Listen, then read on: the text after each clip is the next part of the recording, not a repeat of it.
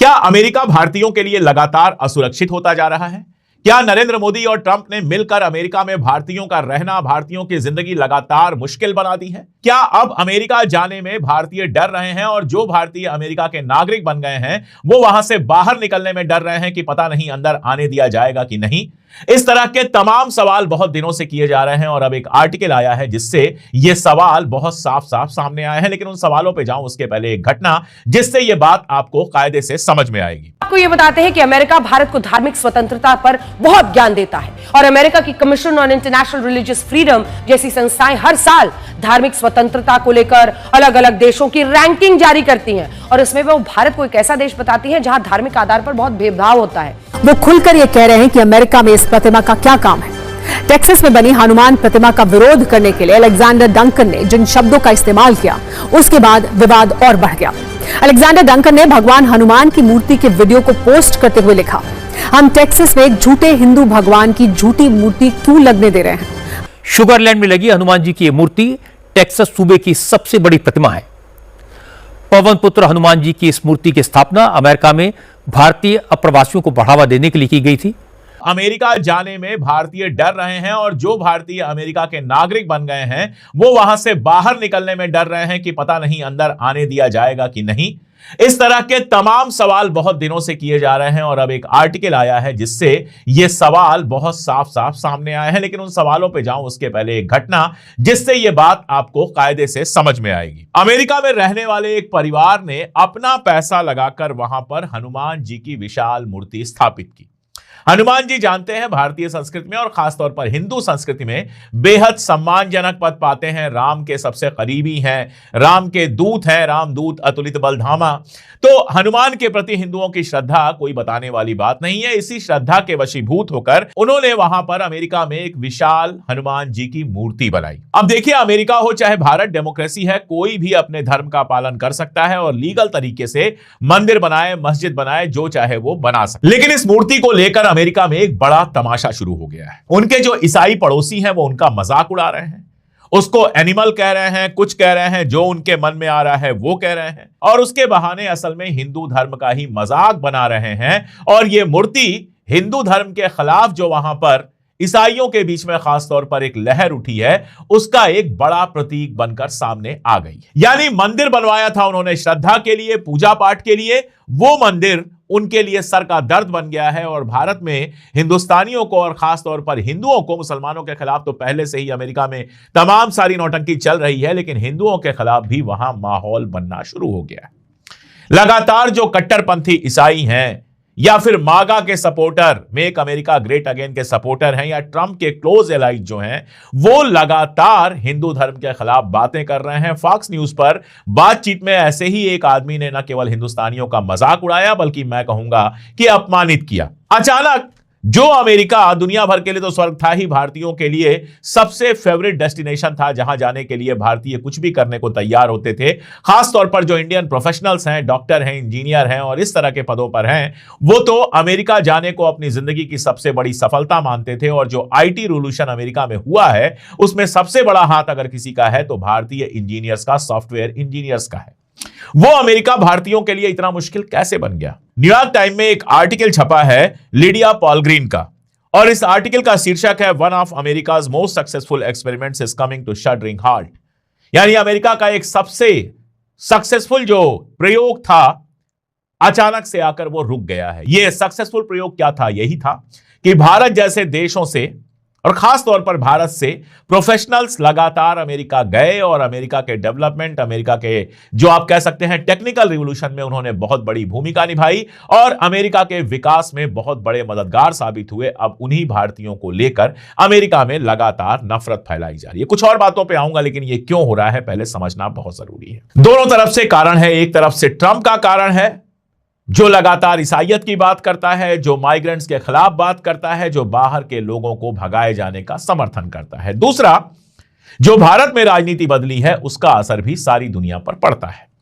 मुझे याद है ट्रंप जब पहली बार राष्ट्रपति बना था और एक तरह से आप कह सकते हैं कि एंटी इस्लामिक प्रोपेगेंडा करके वो राष्ट्रपति बना था।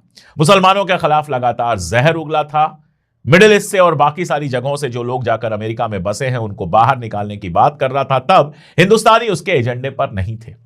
और मुसलमानों के खिलाफ ट्रंप का जो बोलना था, उसी ने भारत के तमाम लोगों को, बहुत सारे लोगों को ट्रंप का भक्त बना दिया था। ट्रंप के राष्ट्रपति बनने पर पूजा अर्चना हुई थी। इस बार जब ट्रंप चुनाव लड़ रहा था तो बाकायदा आरती हुई, क्या क्या हुआ, ट्रंप की मूर्ति लगाकर उसकी पूजा हुई। क्यों बेंजामिन नेतन्याहू यहां के राइट विंग का इतना पसंदीदा है? आखिर बेंजामिन नेतन्याहू ने इस राइट विंग को, जो आईटी सेल है, ऐसा क्या दे दिया? सिर्फ एक चीज दी है कि वो मुसलमानों के खिलाफ है। तो पूरी दुनिया की राजनीति में जहां कोई मुसलमानों के खिलाफ दिखा, हिंदुस्तान के अंदर एक प्रवृत्ति बनी। और खासतौर पर ये लोग, जो सत्ताधारी दल हमारा है और जो आरएसएस है, उसके आप कह सकते हैं सपोर्टर्स हैं, ये किसी की भी पूजा कर सकते हैं बशर्ते वो मुसलमानों के खिलाफ हो। लेकिन धार्मिक नफरत की एक बड़ी मजेदार बात यह है कि वो सिर्फ मुसलमानों तक सीमित नहीं रहता है। जब आप बहुत हिंदू हिंदू करते हैं, जब आप बहुत कट्टरपंथी होना शुरू हो जाते हैं, तो उसका असर दूसरे धर्मों पर भी पड़ता है। और पिछले 2-3 साल से लगातार यह खबरें आ रही हैं कि चर्चों पर हमले हो रहे हैं। लगातार यह खबरें आ रही हैं कि जहां क्रिश्चियंस प्रेयर करते हैं धर्मांतरण रोकने के नाम पर, वहां डिस्टर्बेंस होता है। और इस बार तो क्रिसमस पर हमने देखा कि किस हद तक तमाशा हुआ।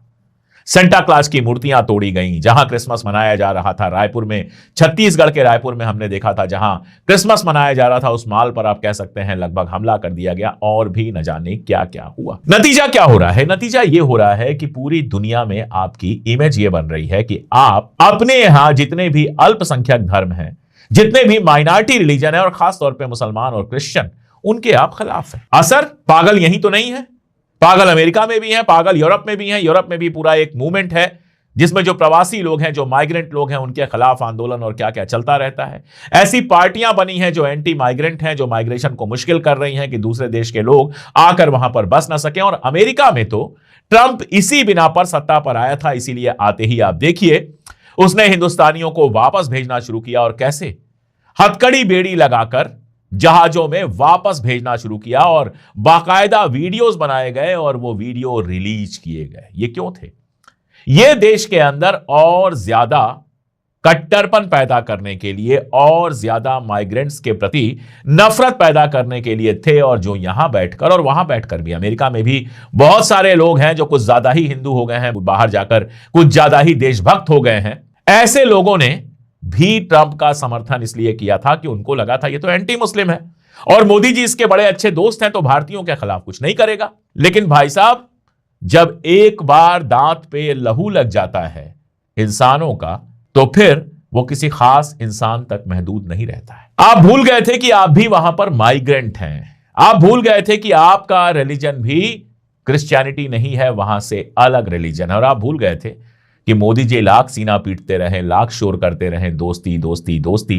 लेकिन इंटरनेशनल दोस्तियां अलग तरह की होती हैं। वो अपने अपने मुल्क के भले को देखकर होती हैं और अपने अपने चुनाव को देखकर होती हैं। वरना मिडिल ईस्ट में जाकर, ओमान जाकर, दुबई जाकर, सऊदी अरबिया जाकर, जॉर्डन जाकर, वहां के मुस्लिम शासकों से भाई की तरह मिलने वाले नरेंद्र मोदी की सरकार में मुसलमानों के खिलाफ अन्याय कैसे होता? और कैसे ऐसे होता कि ओमान, सऊदी अरबिया और इस तरह के तमाम जो मुस्लिम मुल्क हैं, वो एक बार भी इस बात पर सवाल नहीं उठाते कि हिंदुस्तान के अंदर लिंचिंग कैसे हो रही है? क्योंकि धर्म तो आम लोगों के लिए है, धर्म के नाम पर तमाशा आम लोगों के लिए है। जो सत्ताधारी होते हैं, जो कुर्सियों पर बैठने वाले लोग होते हैं, उनके लिए धर्म सिर्फ एक हथियार है सत्ता में बने रहने के लिए। सत्ता मिले इसके लिए धर्म का उपयोग किया जाता है, इससे ज्यादा उनके लिए धर्म का कोई महत्व नहीं होता है। और दुर्भाग्य से दोनों राइट विंग हैं, ट्रंप भी राइट विंग है और मोदी जी भी राइट विंग है। मोदी जी के राज में जो यहां अल्पसंख्यक हैं उनके खिलाफ अभियान चल रहा है, तो ट्रंप के राज में कैसे जो वहां अल्पसंख्यक हैं उनके खिलाफ अभियान ना चले? तो जैसा मैंने कहा, यह दोहरा मामला है। एक तरफ तो ट्रंप ने जिस तरह से एंटी माइग्रेंट्स का पूरा एक प्रोपेगेंडा उठाया और ईसाइयत की बात की, और दूसरी तरफ हमारे देश के अंदर जिस तरह से अल्पसंख्यकों के खिलाफ तमाशा चल रहा है, इसका जो रिएक्शन है, ये दोनों रिएक्शन मिलकर अमेरिका जैसे मुल्क में हिंदुस्तानियों की जिंदगी मुश्किल कर रहे हैं। वीजा को लेकर तमाशा हुआ, स्टूडेंट वीजा को लेकर तमाशा हुआ, टैरिफ लगा दिया गया, क्या क्या नहीं हुआ। इसका असर अमेरिका पर भी पड़ रहा है। ऐसा नहीं है कि नहीं पड़ रहा है। जैसे हम अल्पसंख्यकों के खिलाफ तमाशा कर रहे हैं, तो हमारे देश पर भी असर पड़ रहा है। लेकिन वोट की राजनीति ऐसी होती है कि इसकी चिंता छूट गई है। अगर इस आर्टिकल को ही हम देखें तो H1B वीजा जो है उसमें जो सख्ती हुई है कि नहीं दिया जाएगा हिंदुस्तानियों को, उसके चलते वहां का जो आईटी सेक्टर है उसको काफी नुकसान हो सकता है, क्योंकि उसमें 70% जो आते हैं वो भारतीय आते हैं। सॉफ्टवेयर इंडस्ट्री में बाकी सारी जगहों पर बाहर से जो एक्सपर्ट्स आते हैं उनमें 70% इंडियन स्टूडेंट्स होते हैं। गूगल और माइक्रोसॉफ्ट जैसी कंपनियों के तो सीईओ जो हैं, जो टॉप मोस्ट पोस्ट है, उस पर भी इंडियंस बैठे हुए हैं। लेकिन अब अगर नहीं जाएंगे, यहां से रोक लगेगी, तो जाहिर तौर पर वहां टैलेंट नहीं मिलेगा और आईटी सेक्टर पर बड़ा असर पड़ेगा। अमेरिका की यूनिवर्सिटीज में जो इतने विदेशी छात्र हैं उसमें सबसे बड़ी संख्या हिंदुस्तानियों की थी, लेकिन इस साल हिंदुस्तानियों की संख्या में 44% की कमी आई है। तकरीबन आप कह सकते हैं आधे से थोड़े ज्यादा अब पहुंचेंगे। अगर पिछली बार 100 पहुंचे थे तो इस बार सिर्फ 56 पहुंचेंगे। नुकसान दोनों तरफ है, लेकिन पागलपन में नुकसान कौन दिखता है। हालत यह हुई है कि अमेरिका में हिंदू और सिख मंदिर जो हैं, जो आप गुरुद्वारा कहते हैं जिसको, तो हिंदू मंदिरों और गुरुद्वारों पर हमले लगातार बढ़े हैं। दोनों पर रेसिस्ट कमेंट किए जाते हैं, स्लर्स किए जाते हैं। ईसाई राष्ट्रवाद का, ईसाई नेशनलिज्म का, क्रिश्चियन नेशनलिज्म का वहां उभार हुआ है, जिससे बाकी लोगों में डर फैल रहा है। और जब मैं ये कहानी कह रहा हूं तो मुझे हिंदुस्तान की याद आ रही है। बाहर के लोगों को तो छोड़ दीजिए, अभी देहरादून में त्रिपुरा के एक बच्चे पर हमला हुआ जो भारतीय ही था। पुलिस ने कह दिया यह नस्लवाद नहीं था, लेकिन नस्लवाद नहीं था तो क्या था? आखिर क्या था जिसकी वजह से मरते हुए वो कह रहा था आई एम इंडियन? नस्लवाद ही तो था जिसमें मोमो, मेड इन चाइना और इस तरह की घटिया बातें करके नॉर्थ ईस्ट के लोगों को चिढ़ाया जाता है। हमारे यहां भी तो हिंदू नेशनलिज्म उभार पर है। सबको हिंदू राष्ट्र बनाना है, मंत्रियों को बनाना है, बाबाओं को बनाना है, गुंडों को बनाना है, ट्रॉल्स को बनाना है, सबको हिंदू राष्ट्र बनाना है। इस हद तक बनाना है कि बरेली में एक बच्ची पार्टी कर रही थी, उसमें 2 मुसलमानों को बुला लिया था दोस्तों को, उस पर तमाशा हो गया। ये तो बाद में पता चला कि जो बंदा तमाशा करने गया था वो चोरी और डकैती के आरोप में जेल रह चुका है। यानी चोरी और डकैती करने वाले अब हिंदू धर्म के रक्षक बन के आए हैं। और जब चोरी और डकैती करने वाले हिंदू धर्म के रक्षक बन के आ रहे हैं तो वहां भी ऐसे ही आपराधिक प्रवृत्ति के लोग ईसाई धर्म के रक्षक बन के आ रहे हैं, जिसके लिए ईसाई धर्म के रक्षा का मतलब यही है कि हिंदुओं और सिखों को परेशान करो। आज एक और खबर है, ममदानी ने न्यूयॉर्क के मेयर के रूप में शपथ ली है। कुरान पर हाथ रख के शपथ ली। जाहिर सी बात है, मुस्लिम है तो कुरान पे हाथ रख के ही शपथ लेंगे। उनके खिलाफ भी कितना गंदा अभियान चला। उनके खिलाफ कहा गया कि शरिया लागू हो जाएगा न्यूयॉर्क में, जो उनके बस की बात नहीं है, लेकिन किया गया प्रचार और उस प्रचार में दुर्भाग्य से हिंदू और हिंदुस्तानी भी शामिल थे। और जब अब इनके खिलाफ खुद हो रहा है तो पता नहीं इनके समझ में आएगा कि नहीं आएगा। देखिए, ये ग्लोबल वर्ल्ड है, पुराना जमाना गया। इंडिया में एक घटना होती है और उसका वीडियो दुनिया में कहां कहां पहुंच जाता है, आप सोच भी नहीं सकते। मैं यहां बैठकर वीडियो बनाता हूं, लोग कमेंट में कहते हैं मैं जर्मनी से देख रहा हूं, कोई कहता है मैं फलां जगह से देख रहा हूं, कोई कहता है मैं ओमान से देख रहा हूं। 20 साल पहले हम ऐसा नहीं सोच सकते थे, चीजें बहुत लिमिटेड थी। तो ट्विटर पे जो वीडियो आता है, जो फेसबुक पे वीडियो आता है, वो भी वायरल हो जाता है। लोग देखते हैं कि आप अपने देश में माइनॉरिटीज के साथ क्या कर रहे हैं, कैसे मुसलमानों को अपमानित कर रहे हैं। किसी 60 साल के बुजुर्ग की दाढ़ी पकड़ के जबरदस्ती उसको जय श्री राम कहलवा रहे हैं। कश्मीर से व्यापारी आते हैं शाल बेचने के लिए, उनको परेशान कर रहे हैं। कोई आदमी कपड़े बेचने वाला फरहद था, वो जो कपड़े बेचता था बिहार में घूम घूम के साइकिल से, उसको पीट पीट के मार डाल रहे हैं।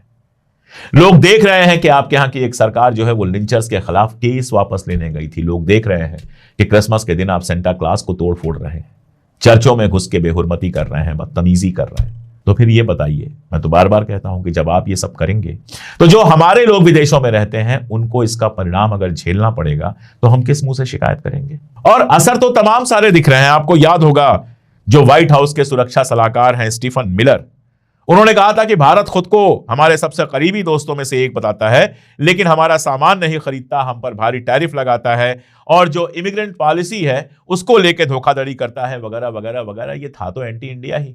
जब टैरिफ लगे थे उसके पहले एक से एक एंटी इंडिया कमेंट्स आए थे। ट्रंप वैसे तो कहता है कि मोदी हमारे दोस्त हैं, बहुत अच्छे दोस्त हैं, लेकिन आप देखिए बेइज्जत करने का एक मौका नहीं छोड़ता। और मोदी जी ऐसा लगता है भौचक्के रह गए हैं, अभी तो मिलजुल ही नहीं रहे हैं। किस दिन फोन पे बात हो जाती है तो बड़ी बड़ी ट्वीट कर देते हैं, लेकिन हकीकत यही है कि अमेरिका से हमारे रिश्ते लगातार खराब होते जा रहे हैं और इसका सबसे बुरा असर उन हिंदुस्तानियों पे पड़ रहा है जो अमेरिका में रह रहे हैं। दूसरों के लिए गड्ढा अगर खोदेंगे तो उस गड्ढे में गिरने की हमेशा संभावना होती है। हमारा देश जो हिंदू मुस्लिम सिख ईसाई एकता के लिए जाना जाता था, हमारा देश जो शांति के लिए जाना जाता था, हमारा देश जो सेकुलरिज्म के लिए जाना जाता था, उस देश को जब आप धर्म और नफरत के नशे में ढकेल देंगे तो यहां आपको लगेगा सब चंगा सी, लेकिन जो हमारे लोग बाहर हैं उनको इसका परिणाम झेलना पड़ेगा। कल जो लोग ट्रंप की पूजा कर रहे थे, आरती कर रहे थे, इन सवालों पर चुप रह जाएंगे। बांग्लादेश में कोई घटना होगी तो मुसलमान का मामला है, इसलिए चिल्ला चिल्ला कर तमाशा किया जाएगा। बांग्लादेशी खिलाड़ी को खरीदने के लिए शाहरुख खान के लिए घटिया से घटिया बात की जाएगी। लेकिन अमेरिका में जो ये सब कुछ हो रहा है, इस पर बोलने की हिम्मत न तो ट्रॉल्स की है, न हमारे मिनिस्टर्स की है, न प्राइम मिनिस्टर्स की है। अब आपको यह बताते हैं कि अमेरिका भारत को धार्मिक स्वतंत्रता पर बहुत ज्ञान देता है और अमेरिका की commission on international religious freedom जैसी संस्थाएं हर साल धार्मिक स्वतंत्रता को लेकर अलग अलग देशों की रैंकिंग जारी करती हैं और इसमें वो भारत को एक ऐसा देश बताती हैं जहां धार्मिक आधार पर बहुत भेदभाव होता है। लेकिन ऐसी रिपोर्ट जारी करने वाली ये अमेरिकी संस्थाएं अपने गिरेबान में कभी नहीं झांकती।